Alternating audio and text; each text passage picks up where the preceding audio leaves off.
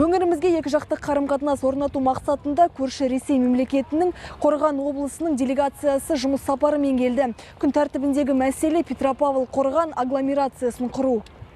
Қорған қаласының өкілдері ең алдымен қала әкімі Марат Тасмағамбетов жетекшілік еткен отырысқа қатысты. Жиын барысында екі қала арасындағы қарым-қатынас орнатудағы басым бағыттар жайы талқыланды. Шаһар басшысының сөзінше, бүгінгі таңда өнеркәсіп, ғылым мен техника, экономикалық салаларға баса назар аударған жөн.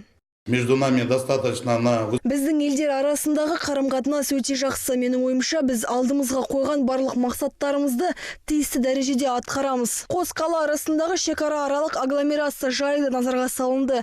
Дегенмен әзірше бұл жоба әзірлену үстінде. Осыған орай көршілес ел арнайы комиссия құруды ұсынып отыр. Надо вспомнить наши ранние отношения. Бір қарағанда Қорған Петропавлдан алыс деп көрінуі мүмкін, бірақ олай емес. Біз агломерация құруды тек екі қала арасында ғана шектеліп қалмай, жалпы аймақ арасында агломерация болса деп ойлаймыз. Әлемде орын алып жатқан экономикалық жағдайларға байланысты елдер арасындағы қарым-қатынас орнату өте маңызды. Сонымен қатар отырыс барысында қос қала арасындағы ынтымақтастық қарым-қатынас одан әрі жалғасу жөнінде келісімге қол қойылды.